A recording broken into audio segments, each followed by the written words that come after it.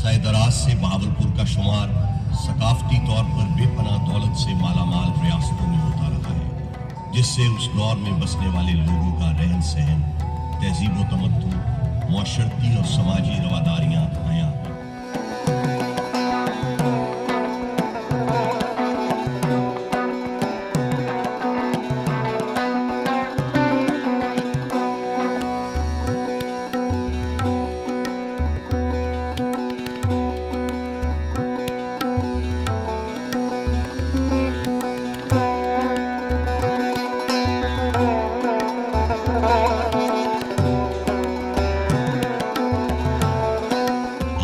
चिंकारा हिरन लाल सुहाना पार्क में उस दौर की याद ताज़ा कर देते हैं, जिनको देखकर इंसान कुदरत के इस शाहकार से लुत्फ़ अंदोज़